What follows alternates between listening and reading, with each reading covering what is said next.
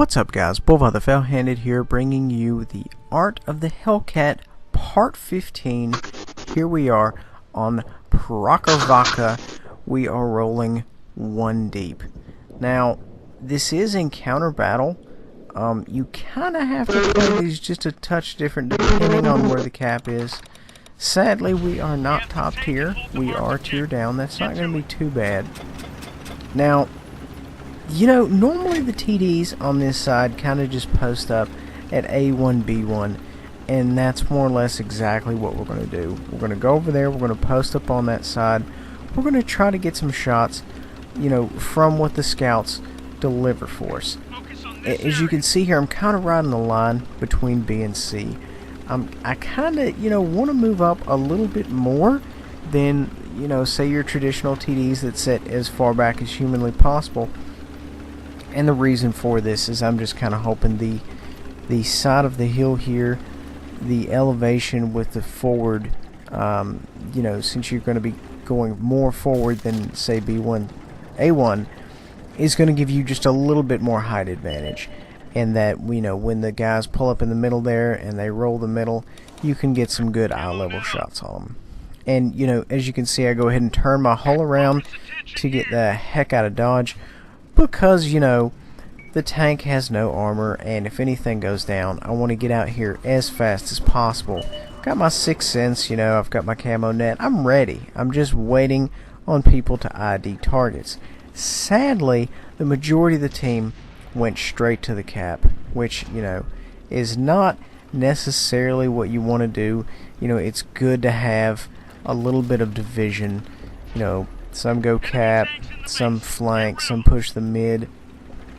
At any rate, we have a suicidal guy here going straight down the one line here, and we're going to use his death to our advantage, essentially. Whatever he spots, we're going to attempt to shoot at it, unless, of course, I have to push up over the hill, you know, exposing myself. See, if I push up over this little knoll, all these TDs on the other side will be able to spot me.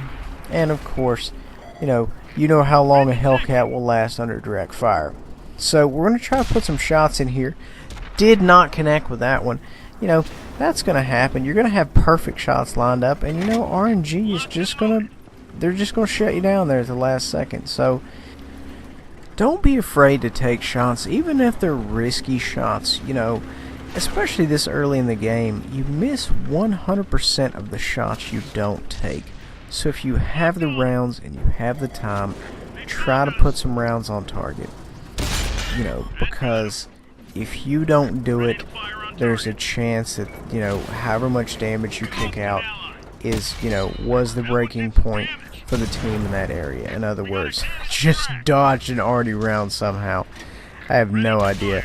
But, you know, the point is here, you're trying to make a difference. You're trying to get things happening. You're trying to do things.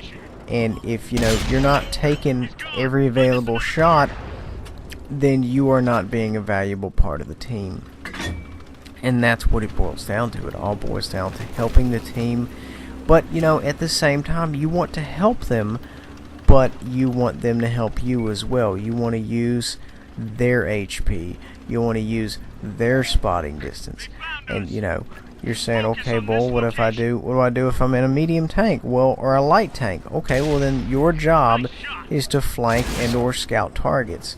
So, you know, you are the one that goes out and spots targets. You know, everyone has a job.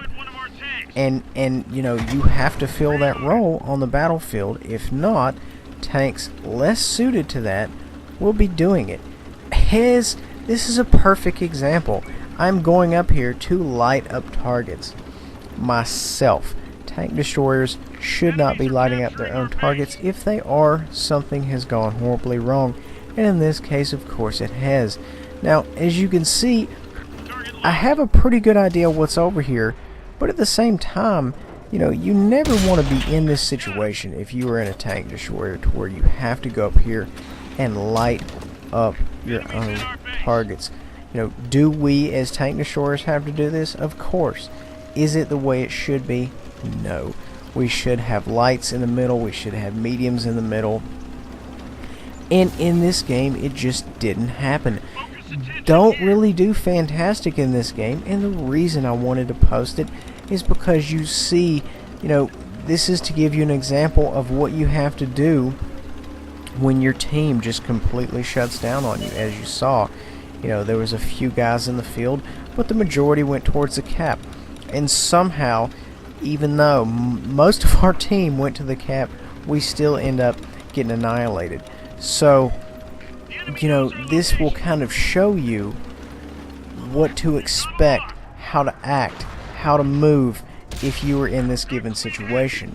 And I want to help everybody figure out what to do if they get, greens that just don't want to play ball. And everybody is going to have greens like that at some point, probably more than you would care to admit. Well, anyways, moving on. We're completely in their spawn point, and the downside of that is I am the tip of the spear. I am out here making things happen and being teared down in a lightly armored tank that is not very mobile. It's fast, but it's not mobile. Two different things is not really what you want to make things happen with. I have no idea where anyone's out. I don't really have a fantastic crew. I'm gonna try to get rid of the arty here, but at the same time, when you don't know where the enemy is, it's extremely difficult because things like that can happen. A shot can come out of nowhere. So, it looks like we were going from a halfway decent game to kind of down the tubes. But we ended up pulling out. We ended up winning that game. 42,000 silver, not bad. 1,997 damage. Also got assisted damage, which a tank destroyer should never get. At any rate, guys, thank you so much for watching. Please remember to like, subscribe, and share. We'll see you next time.